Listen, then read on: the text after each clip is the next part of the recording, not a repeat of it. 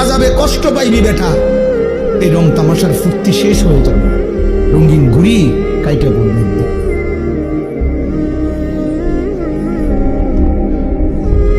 রঙিন ঘুড়ি একদিন কাইটা পড়বে, এই চুলের পেখম একদিন কেউ দেখবে না। এই যৌবনের অহংকার দোস্ত কেউ দেখে না। দেখতে দেখতে ফুরায় যায়, দেখতে দেখতে হারায় যায়, দেখতে দেখতে হারায় যায়। এই জন্য দোস্ত এটা ফিকির করা উচিত।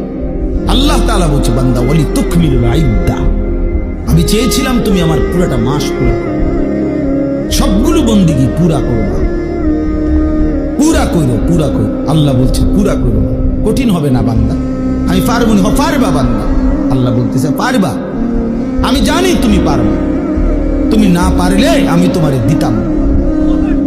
লা ইউকাল্লিফুল্লাহু নাফসান ইল্লা উসআহা, আমি আমার বান্দার উপরে সাধ্যের অতিরিক্ত কিচ্ছু চাপাই না, কিচ্ছু চাপাই, কিচ্ছু চাপাই। আল্লাহ তাআলা কোনো বিষয় কঠিন, কি পরিমাণ ইহসান কারণ করছেন।